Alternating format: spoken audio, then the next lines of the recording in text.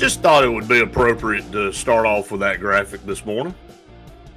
Doesn't Not have often that you get to start with a graphic like that, Brett. I mean, take advantage of it when it presents itself. That's right. Never apologize for being the number one team in the country, and that's where Auburn is. Auburn is the number one team in the nation, and we'll dive into Coach Bruce Pearl's comments from his press conference yesterday. Again, well deserving. Obviously, a situation where I thought Randy, he opened up and said that, he thinks it's a big deal. It is a big deal. It's only the second time in school history that Auburn has ever been number one. They were number one back in 2022 for a few weeks, and he said he thought back then that Auburn was definitely the best team in the country when they were that ranking. He said, "I'm not sure we're the best team in the country right now," and obviously so. He alluded to not having Janai Broome. We're not at full strength, and all of that goes into it. But he said maybe more deserving now than we were back in 22. Building up to where we are and the things that they've accomplished. We'll dive into all that. He had a lot to say yesterday, and I thought he had some really good things to say. So, our program brought to you by, and our podcast brought to you by Sensagreen. Every single day for air that's cool and clean. Call on Sensagreen. They are your carrier dealers here in the state of Alabama. We appreciate Sensagreen very, very much. All of our partners, and rolling out a new partner today, Scout Program Management. Glad to have Scout Program Management part of the Auburn Blitz podcast. I mean, know these guys really well, and going to talk a lot about Scout here in just a little bit, but they are a consulting firm in Birmingham, Alabama, basically specializing in education construction projects, really carrying you from start to finish on any type of construction project that you have going on education-wise. They've got some projects going on in Lee County right now. They've got some projects going on in Alexander City. They've got some projects going on. They just finished up in Guntersville, Randy. Glad to have Scout Program Management here on the Auburn Blitz. Exciting time for us and all of our partners here. Well, we can't thank them enough. They've been with us for well over a year now with the Lee County Athlete of the Week on the Alabama High School Athletic Association radio network page that we post each and every week. And, that's a great area for high school sports in the state of Alabama. And it only continues to get better and better. And it feels like every season it's an easy thing to do to pick a player of the week over in that neck of the woods, Brett. And Scout's been a key part of why we do that each and every week. And so can't thank all of you enough out there that are continuing to advertise with us on all of our outlets. We're working really hard on each one, including this one here on Auburn Blitz that's growing by leaps and bounds. And but high school sports will always be really deep in mine and Brett's heart, and Scout's been there with us from day one. Yeah, thanks to them. And again, we're gonna cover them some more, but today's their first day on. But again, thanks to Sensagreen as well. Really believed in us right out of the gate. Jumped on board. So exciting times there. Them and Bunkers in Auburn. So we'll talk about them as well a little bit later on in the podcast. Auburn's number 1. Iowa State is number 2. Duke is number 3. Alabama 4. Florida 5. Tennessee 6. Marquette 7. Kentucky 8, Kansas 9, and Houston 10. That is your top 10. Auburn's already played Houston. They will play Kentucky. They will play Tennessee. They will play Florida. They will play Alabama. They've played Duke. They've played Iowa State. And Auburn is number 1. So, I mean, good Lord, dude. I mean, 7 quad 1 wins already, and not a one of them have been at home. That's what Coach Pearl talked about yesterday. That's even more impressive when you look at it from that standpoint. Well, tomorrow night's a perfect setup. I know I'm segueing a little bit early, but you just bring up a fact that I want to make clear today, is we're different when we're at home. Tonight, by the way. Oh, it is tonight. Excuse me. I keep getting messed up with the normal Wednesday night schedule that is a lot of Tuesday night Splitting games them up now because of 16 teams. which makes good sense. So I apologize. It still may take me a few more weeks that I screw that up, but it is tonight. It's going to be a lot of fun. But my point is, we're a different team at home, and we've been able to sneak by a couple of these wins on the road. But I don't want to take anything away from those wins on the road. They may look and seem like they're against lesser than opponents, but you watch Tennessee go on the road and play at Texas. It was really hard on them. And when I watch Tennessee play, I know that they can win a national championship. I know watching Auburn, we can win a national championship. And when I look at that top 10 in the country, Brett, all of those names you reeled off, any of those teams could win it. It is a strong, strong year for college basketball, especially in the SEC. When you look in the top 5, you've got 3 teams in the top 5, 2 from the state of Alabama, and then throw in Florida in the mix and Kentucky where they normally are. Right outside the top 5, sitting there at 8. So, and it's an amazing year for the conference. Going to be really, really tough, but games like tonight are key if you're going to win a conference championship. Mississippi State is on the up. Mississippi State's physical. They got athleticism galore. They play the game the right way. I think that, they're really a team that you could watch in the years to come, and they're going to be a consistent winner the way that they're building that thing, Brett. So you must win those games at home. And I know Janai's out tonight, but we've got plenty of pieces at home that can get us over the hump there. And that's a key part. If we had to go on the road without Janai, go over to Mississippi State and play, I wouldn't feel as good about it, but we're playing them at home, and we still got to find a way to come away with a win tonight. Yeah, ESPN matchup predictor has Auburn at 86.5% against the number 15 in the team in the country. So tells you about home court, and again, we talk about this ad nauseum on here. This is a great basketball team. Mississippi State narrowly lost to Kentucky at home. Kentucky wins against Florida at home, then they go on the road to Georgia and lose, and then they have to go back on the road and play what we thought was the hottest team in the conference in Mississippi State. And Mississippi State played well, but Kentucky just played a little bit better. So just tells you on any given night, it doesn't matter. But Auburn does have the task, as Coach Pearl said yesterday, and I said it on the show yesterday, we got to replace 18 to 19 points a game, and that's got to be dispersed amongst other players. And not only are you replacing his points, you're replacing everything that he does, his assist, his rebounding, his presence, the ability for him to draw double teams to open up other teammates. See, it's not just about replacing 17 to 19 points a game. It's replacing all the other things that go with being the player of the year, leading player of the year candidate in the country. And I thought Coach Pearl talked about that. He said, I think we have a good enough team that we can spread that around. We're talented enough and deep enough that we can spread that around and still be fine. But he said, look, with Janai Broome in the lineup, this is going to would have been a tough game. So he's kind of prefacing that. And I think everybody understands you don't want to lose 2 games in a row in this league. Mississippi State knows what they're up against. Chris Jans is an outstanding defensive coach in this league. They're going to, and it's like Bruce said, it's by far the best team that Auburn will play at home this year. So Mississippi State coming in doesn't want to lose 2 games in a row. And it's like he said, now being number 1, if you beat us, it jumps you up 2 or 3 lines. So it's a massive victory this is not just a regular win for Mississippi State if they were to come in to Neville Arena and win. It means a lot more than that. Even with Janai out. Correct. I mean, this is a tough basketball team. I'm looking at Auburn if I'm Mississippi State. So let me talk a minute about the matchups that they're still going to see. I mean, Dylan Cardwell's a potential NBA player from a physicality standpoint, from a defensive presence standpoint.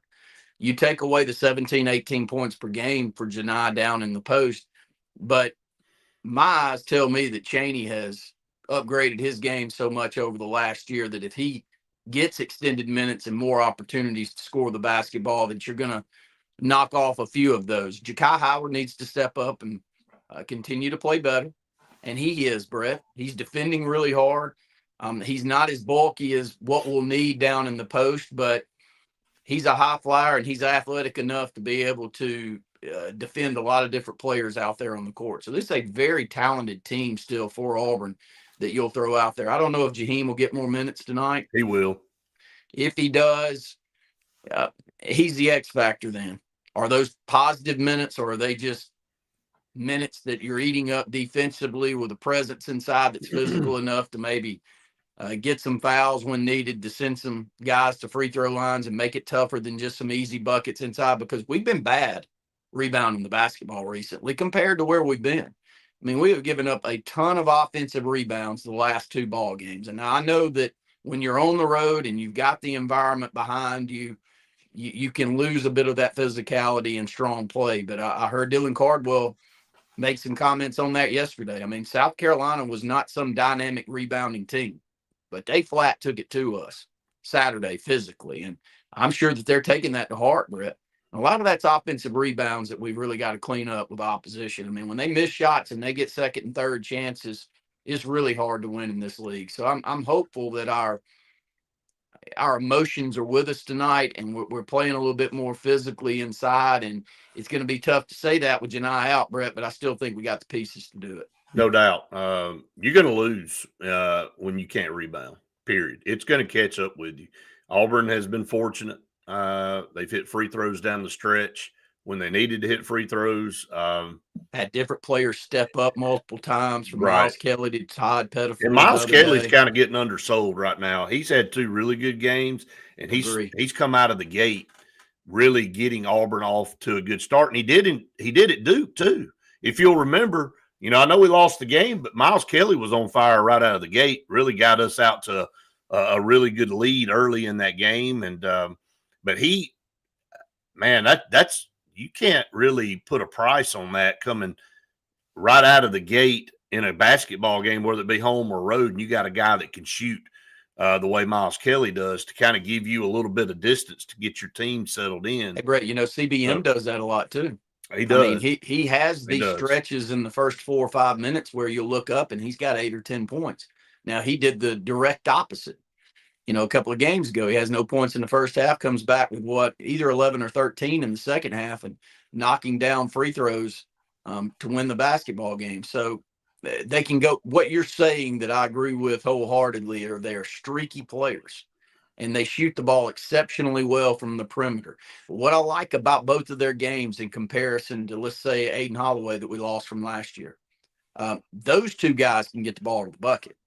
So if you overextend those 2 guys with their length, they're able to take the ball inside, either get a good mid-range shot or get the ball all the way to the bucket, because they're both 166, 167.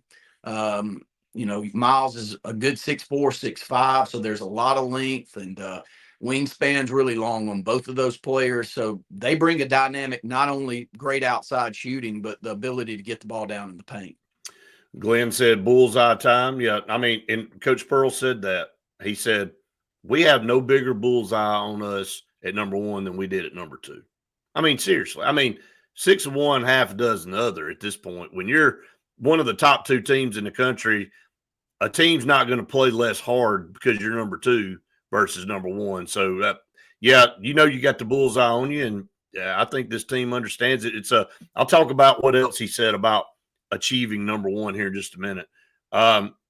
Michael said learning how to play without Broome could help more than we realize as we move towards March. Look, I mean, that's true. I mean, giving some of these other guys opportunities to be more involved and get more minutes now that you have your key guy go down, and learning how to structure and play without him. I think that's huge. You never know in athletics, any sport, where your guy can go down. And right now, thank goodness, he's not going to be out for the season, it looks like. We don't know how long he's going to be out because Coach Pearl said yesterday there's no timetable still. But, again, I think we all mentally think 2 to 3 weeks at the max based on what we saw. Now, that's all speculation. It could be a month. Who knows? They'll know that, and they'll know when it's time for him to come back and play. But thank goodness we're not moving forward at this point going, well, he's out for the rest of the year. We got to figure it out. We're going to get him back at some point in time. But in the meantime, again, this is a great opportunity for Auburn to learn some things. Well, and also he's one of those players that over the last couple of years, he's had multiple things happen in different parts of the body.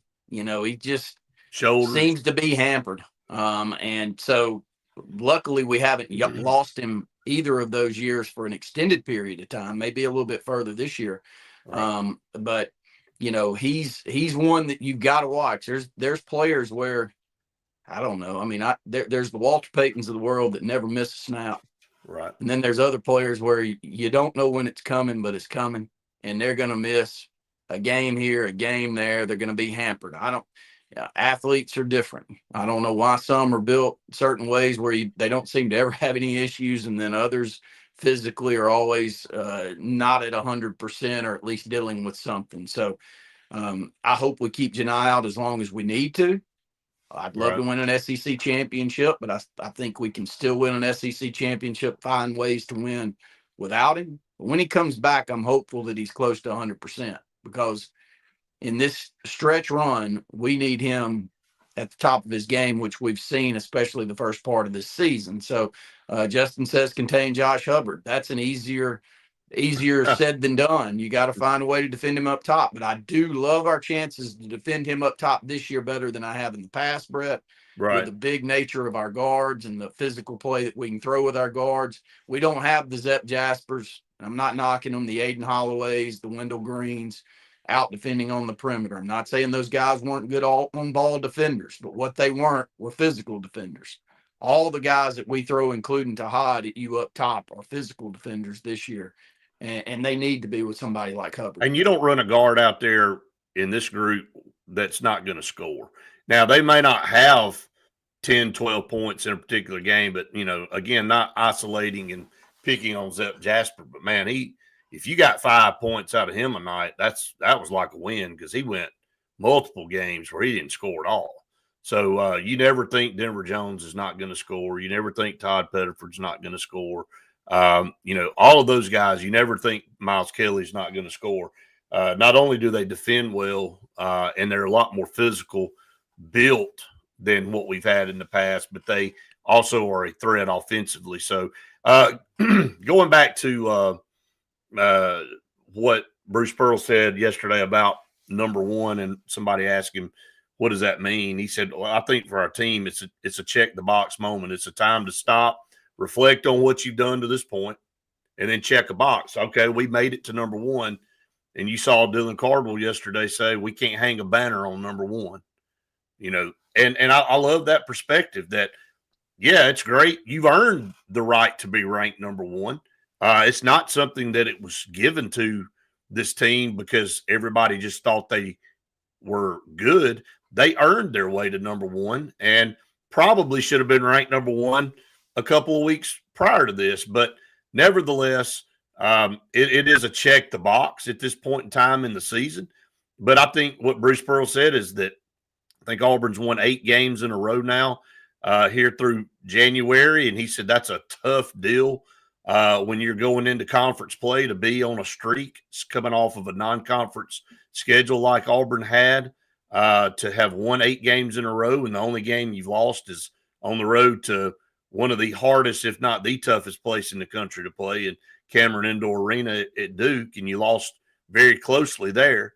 So it is. You should stop and cherish, achievements and moments, but understand that you got a lot of work left to do. And I think they flipped the page on that yesterday, and they know what they've got coming in tonight to Neville Arena and a very good Mississippi State team. Well, it's not like this is the first time. I go back to when you and I were in school in 99, and we had the run, got to number one, had a team that was, for the first time in a long time, really competitive on the national scene and in the SEC. Man, we've been here for 7, 8, 10 years. We may not have been number one in all that stretch, Brett, but the point I'm making is we won an SEC championship last year. We won the tournament championship. We went into the NCAA tournament as a high seed, and we've been in the NCAA tournament year after year now, and we've been number one not too long ago. So I think there's a point to be made here is after a while, you kind of expect people to know you're good. Right. You know, Luke gets on to me and you all the time when we say, oh my gosh, pinch us. Auburn and Alabama's got great basketball programs. He's like, hell, Randy, we've had a great basketball program and y'all have had a great basketball. Quit saying that. Don't say it ever again. And he's dead on. This is who we are now. Now, are we going to stay at number one the rest of the year and start back up next year as a top 10 team? I don't know, but I know that we're going to put, as long as Bruce Pearl's with us, we're going to put a very, very good product out there. And after a while, you should get used to playing with that X on your back when you're a really good program. I mean, Kentucky's had to deal with it mine in your whole life. You know, when you play Kentucky, it's like, here comes the Kentucky Blues, and you got to be ready to play. And we make it into one of the, if not the biggest game of the season for everybody. Well, we're becoming that, and Alabama's becoming that. And both of us are sitting there in the top 5. And Alabama's coming off a Final Four run, and we're coming off an SEC championship last year. I mean, my gosh. I hope I'm making a good point here, Brett, because I don't sense that these guys, this is not the first time they've been on a team that was thought highly of.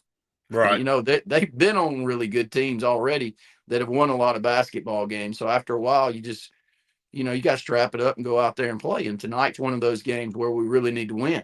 It's a home game against a good team. But we got to find a way to win at home because there's a chance here on some of these road games coming up. If Janai's not at full speed, you're not going to be able to go on the road and win some of those games without your best player. Well, we can win at home against anybody without it. You know, you have 9 home games and 9 road games, and we talk about it all the time. You gotta win your home games. You got to defend home, and you got to go get your fair share road.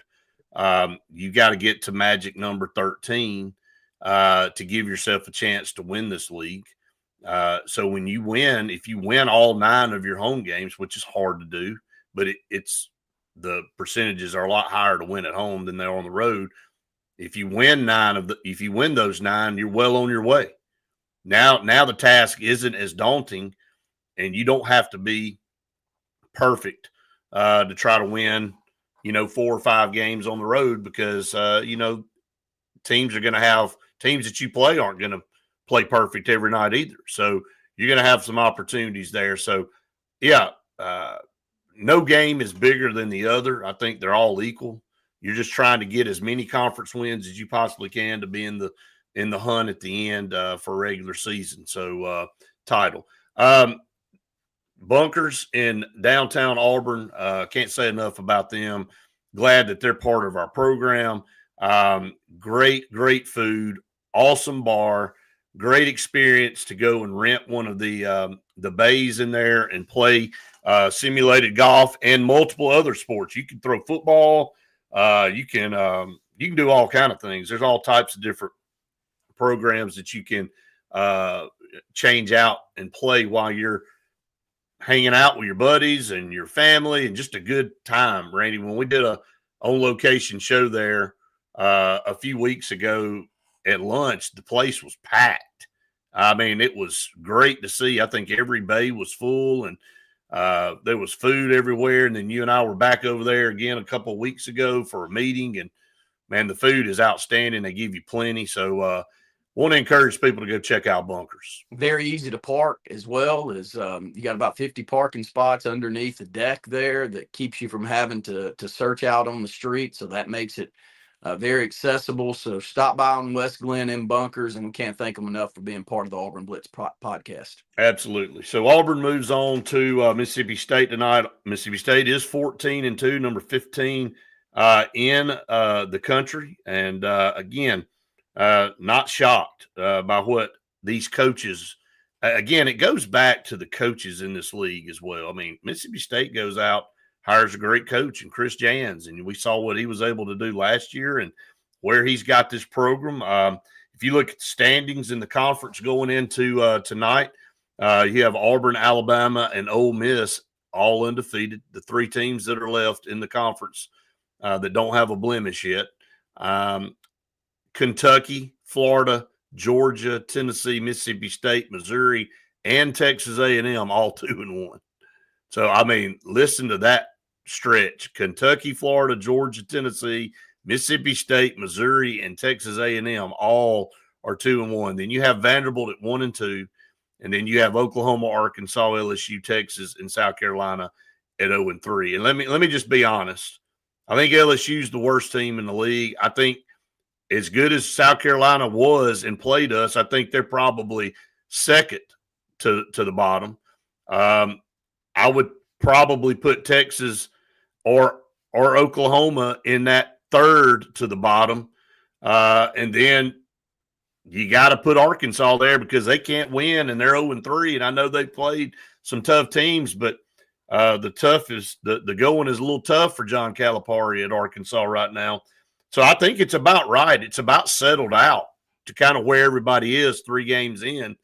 And that doesn't mean they're not good basketball teams. They're all double-digit win teams at this point, but that's how tough this conference is that, man, if you're just off a little bit, you say this in baseball all the time, you can have a great baseball team in the SEC and be at the bottom because you're just not quite up to the level of the elite teams in the league, and it can show pretty easily. Well, it can be basic things in baseball from, not being deep pitching wise to not having, power hitters that can get you over the hump to win ball games, or not fielded up to the standard that Kentucky fielded last year, which was part of the reason that they had one of the best teams in the country last year was not because they went up there and they just knocked the ball out of the park. I mean, they did all the other stuff really, really well. But back to basketball, with this stretch for Auburn and Alabama, you're going to know a lot more about both of us. With Auburn playing Mississippi State and Alabama playing Ole Miss, we're going to get pushed, and we'll see who's able to really continue on this stretch or who takes a small step back. Because if you have a little stretch here with Janai where you lose a couple of ball games, it could cost you. Because I do think that 4 or 5 teams are about to separate themselves from the rest of the league that I watch. Ole Miss and Mississippi State would be 2 outliers that I think would take a step back at some point, but they may prove us wrong. They got a great chance here against Auburn and Alabama to put themselves up to where we think we are.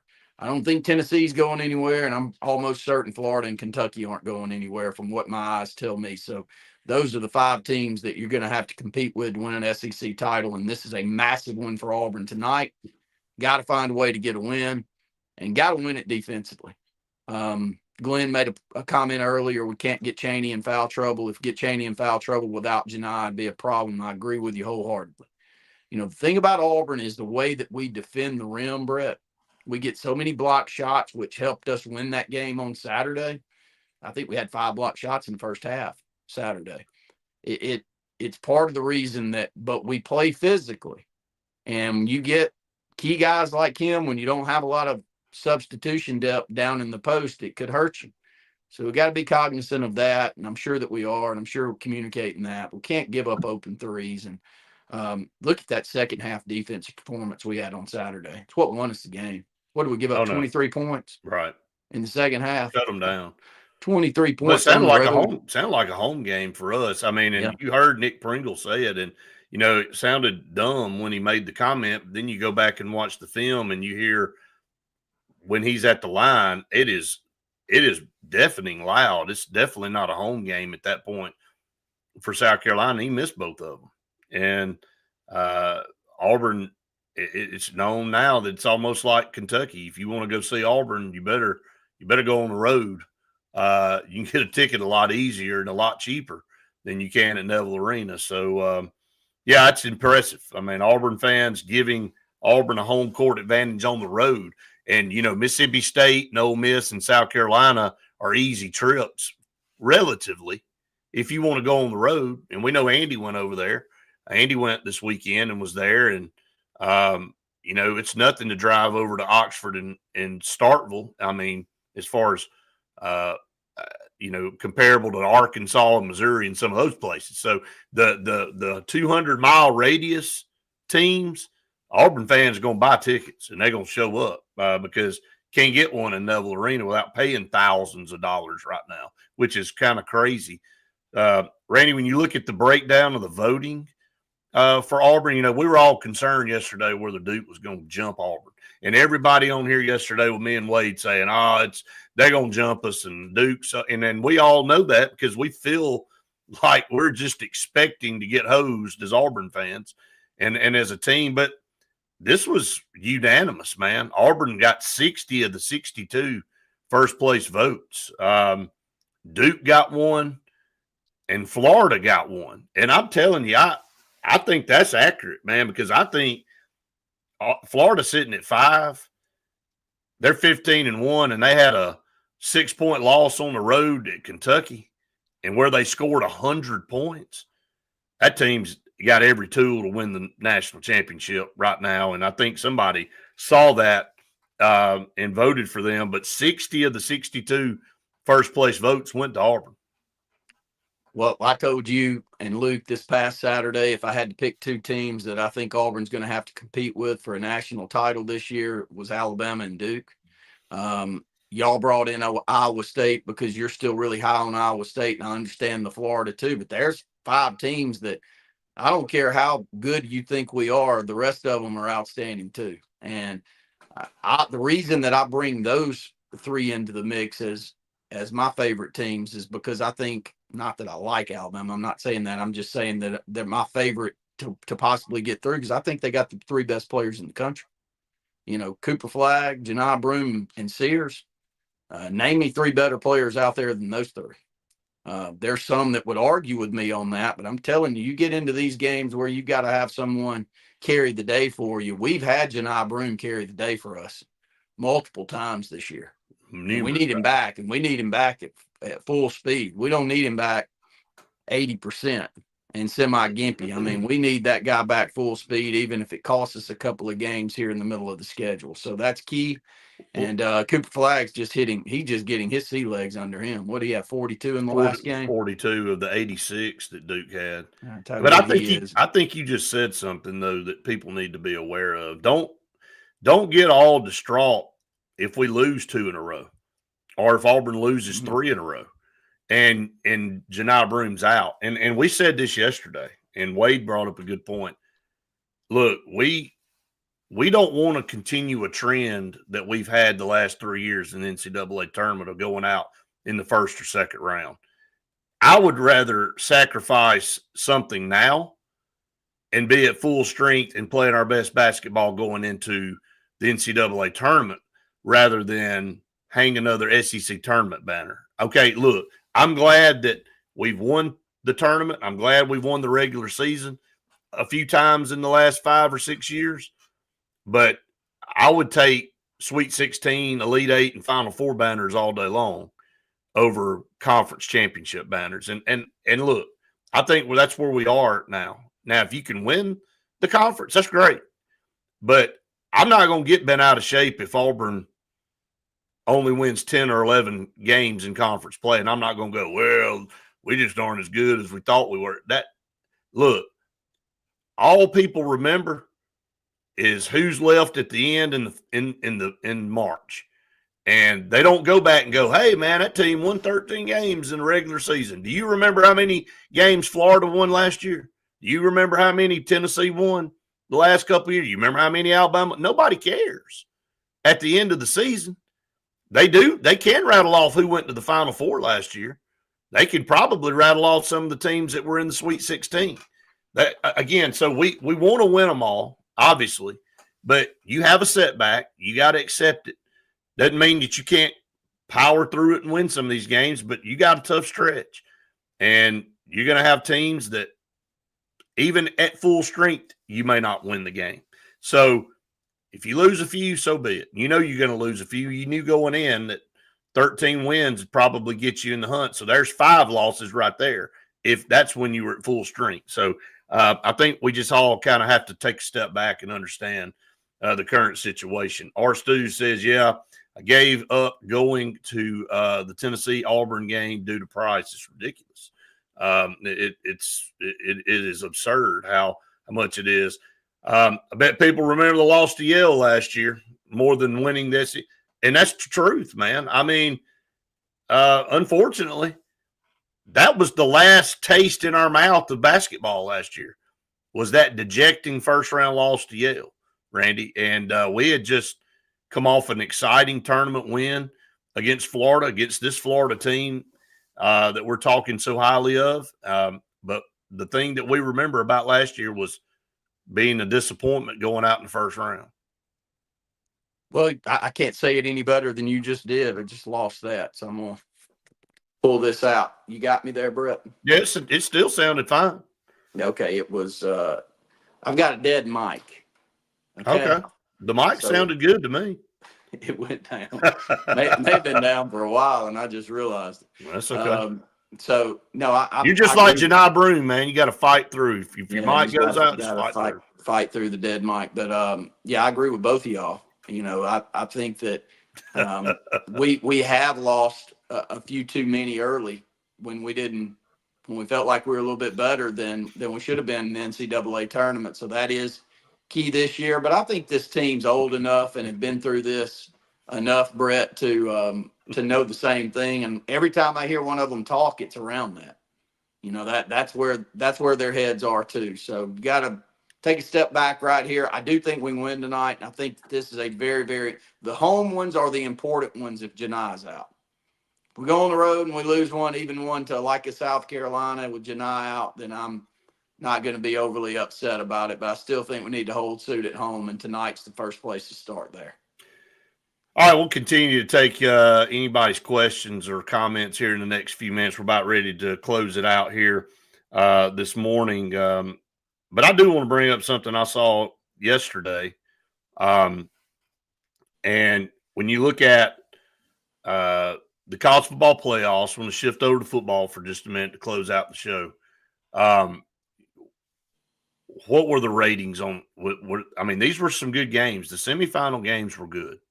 And this is the first time of the 12-team playoff. So all of these data points that everybody's going to be gathering on what worked, what didn't work, the selection, all that kind of stuff is going to be analyzed, and they'll determine what changes they want to make and all. But we get caught up thinking, man, college football, if it's on, man, everybody shuts down and they don't do anything but jump down in front of the TV and watch it. Well, according to the numbers, that was not the case. And I'll read Clay Travis's tweet because I thought he summed it up the best. I saw it multiple places, but Ohio State, Texas rated poorly despite being a close game between two big programs. And I mean, obviously you would think Texas, Ohio State, massive fan bases, two prominent national programs, only had 20.6 million viewers. So after a full month of promotion of the Final Four in the expanded college football playoff, it tanked in the ratings with way less viewers than last year. And he asked a question, why? Why do you think that happened? What are the theories behind that? I've got a couple. I'd like to hear what you think about it, Randy. But right now, college football, I think we have this mindset of what college football is, and then we get numbers that tell us elsewise. And I think the portal and the NIL thing is wearing down people. I think the product has changed. I think the diehard fans of college football that always carried college football are getting exhausted with all of this stuff. And some of them are pulling out and not wanting to watch as much as they normally would. And I think the schedule, having the games on Thursday and Friday night, sucked. I mean, again, you have all these bowls that don't matter. And then now you used to love New Year's Day, Randy. New Year's Day was college bowl game day. And then now that you've expanded this thing and you've drug it out, well, that doesn't really mean anything anymore. And now this thing keeps dragging out. And we haven't even got to the national championship game yet. That's played on Monday night. You know, that's the date of the inauguration. There's all kind of stuff going on that night. You got NFL playoffs still going on. I mean, it's starting to feel like this college football thing that we think is just so high and mighty is getting lost in the shuffle of some things. Well, it's new. And having a schedule set in your mind on how all of that's going to work out the same way that it has for most of our life is changing. So maybe that's part of it. But I'll say what I think most people in the SEC are going to say is you don't have either Alabama or Georgia that have carried our conference. If you put either of those two brands in that game or one of those games, that rating's going to be way higher than it was. Just that simple. I mean, go and look at the top rated games of the season from a rating standpoint. For the most part, they're SEC teams in that game, correct? And some of our bigger brands in those games. I'd have to go back and look, but pull those up for us. I don't know that Texas. I don't know that you get much bigger than Texas, and I don't think that people hate Texas anywhere near to the level they hate Alabama and Georgia. Well, I understand that part too, but I think you heard, and it may be the pundits just trying to defend the way this thing played out, but I mean, you and I both said you couldn't ask for four better teams in the semifinals. Except those two weren't in there. Notre Dame, but I think that you flip it too. You can flip it and say there's fatigue with Alabama and Georgia as well. Ratings don't show that though. I'm just saying that is part of it, and you hear that narrative a lot. Well, you hear narrative, but the narrative's not right. I mean, if the narrative showed up in the ratings, then I could hear everybody say that there's fatigue. But Brett, it's like Luke argues with me and you. Yeah, I mean, me and you are fatigued with Alabama and Georgia being in it, probably worse than any fan base in the country's fatigued by it. But the ratings don't show that. The ratings show when those two teams are in it, the ratings are much higher than if they're not. And until I'm like, show me where that. Here's the deal. Well, then here's what you're saying. Then people better get used to lower ratings, because I'm gonna tell you this. I think the day and age of somebody being dominant's over. And I think you look across the country, and you just said it. Everything's changing. Well, guess what? As much as we want to say SEC is king, it has been king in the past system. Everybody's got a fair shot at this thing now, and it's spread out from Oregon to Ohio State to whoever you want to talk about. And I don't think you're going to be seeing Georgia and Alabama as regulars anymore. I mean, I said it the other day. They all have questions. Alabama's got a bunch of questions going into next year. Georgia's got a bunch of questions going into next year. Have they recruited their ass off? Yes, they have. But they still have major question marks at positions that we've all dealt with. We're used to it. We're used to dealing with question marks. Seems like we have question marks every 6 months. But now your prominent programs, like you said, that have driven the ratings, I don't think anybody's putting money on Georgia, Alabama being a shoe-in to the semifinals next year right now. I don't know who would be a shoe-in to the semifinal. Totally agree. But the ratings are going to reflect that. But we've had a skewed perception on how great the SEC is because of how great those two programs have been. I've said that over and over again. You take the rest of us are right there equal with the Big Ten and the Pac-12 and all of those conferences. When we matched up with them, that has played its way out that way. But Alabama and Georgia, not them. You go play them in a neutral site, they've beaten everybody's brains in for a long time. So I think that if they come back to the fold, and I'm with you, I'm hopeful that they are coming back to the fold, and I think they are, Brett. I agree with you there. If they come back to the fold, the SEC right now is coming back to the fold. Because if you took them two out of the whole mix for the last decade, have any other SEC schools outside of LSU one year won a championship? No. How many of them have played in it? So, I mean, you go back and look. I mean, Auburn all the way back to 13 played in one.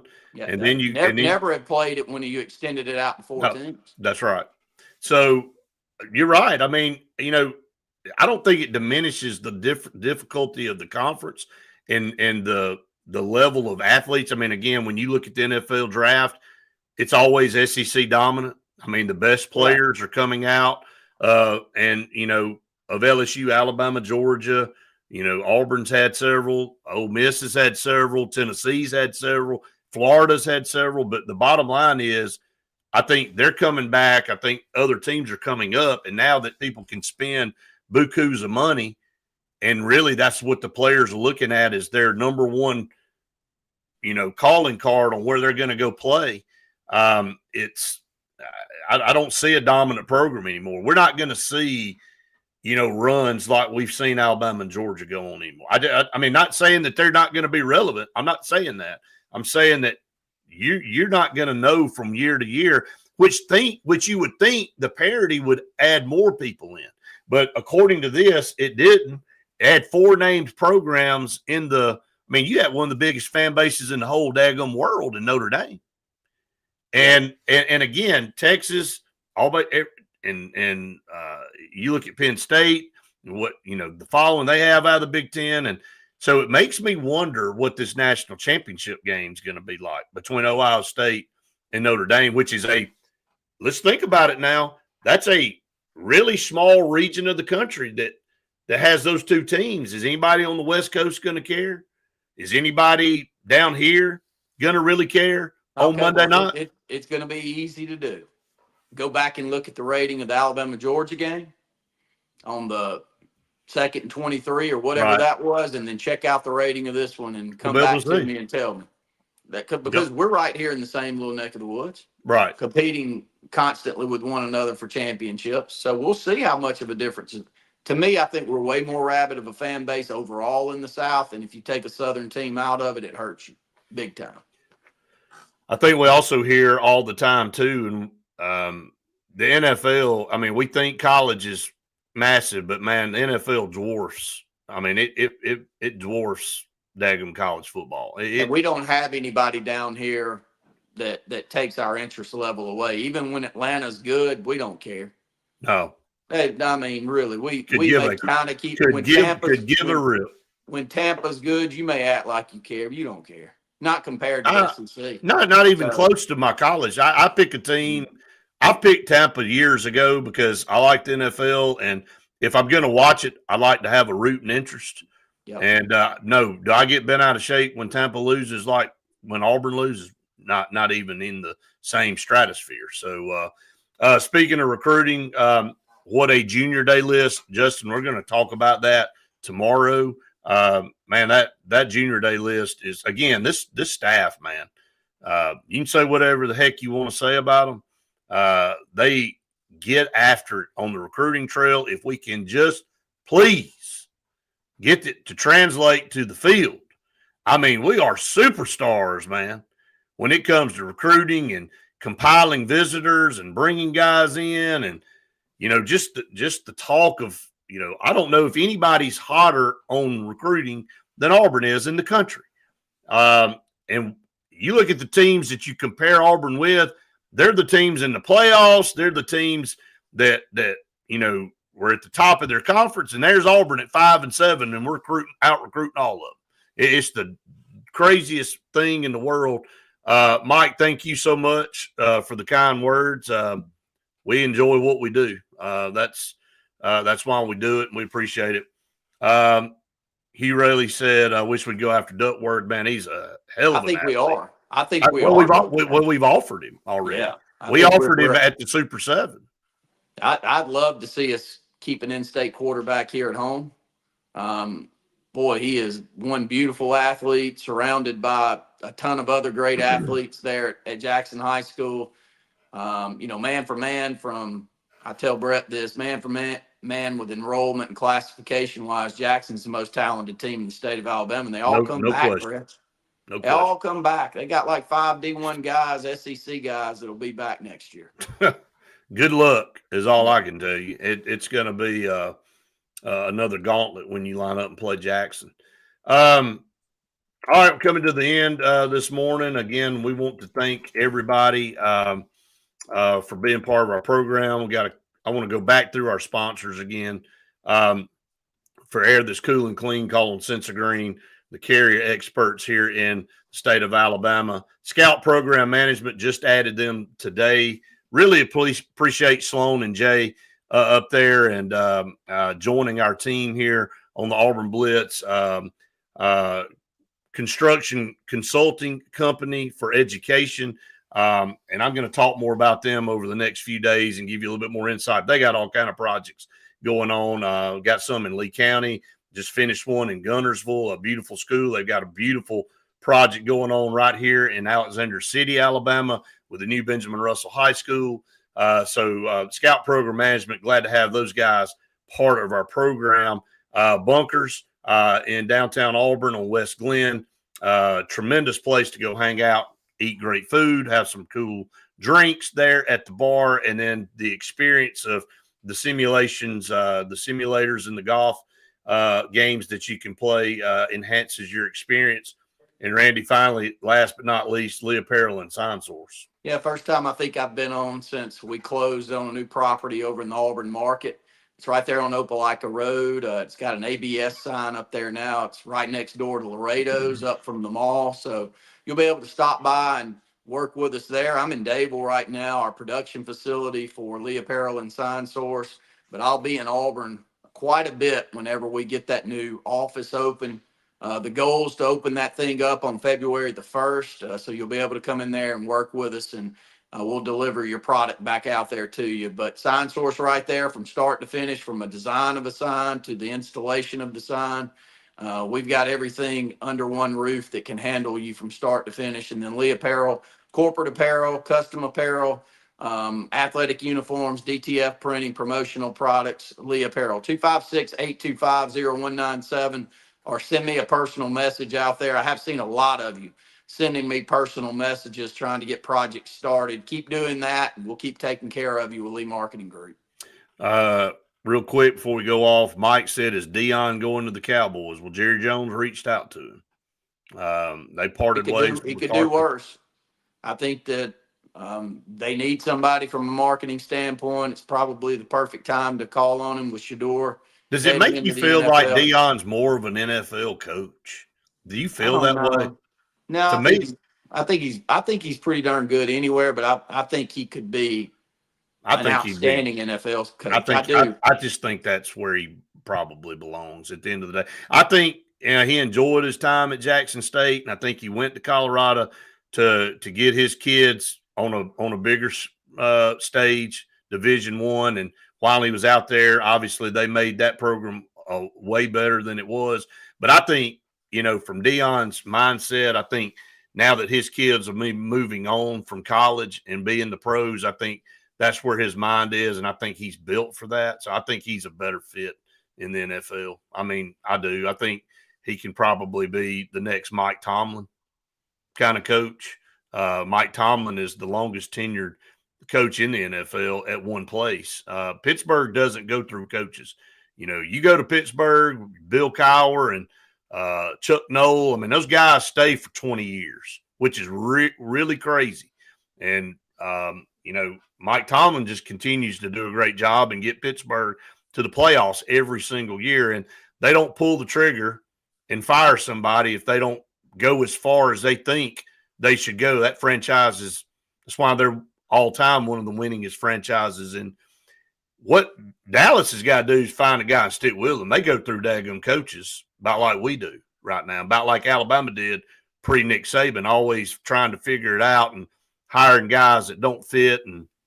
And then, of course, Jerry Jones, I think, is the biggest problem. He owns it, but I think he has way too much dealings day-to-day with the program, and that's why they can't get over the hump. So anyway, long story short, Dion could end up at – but what do they do with Dak Prescott if that's the case? They just sign him to a massive, unbelievable deal. I mean, I would think Dion would probably try to do some type of finagling where he could be with his son, but I don't know that. I don't know. I could see him going to the Cowboys and his son not being his quarterback. Right. I could see it happening anyway. I like him. Always have.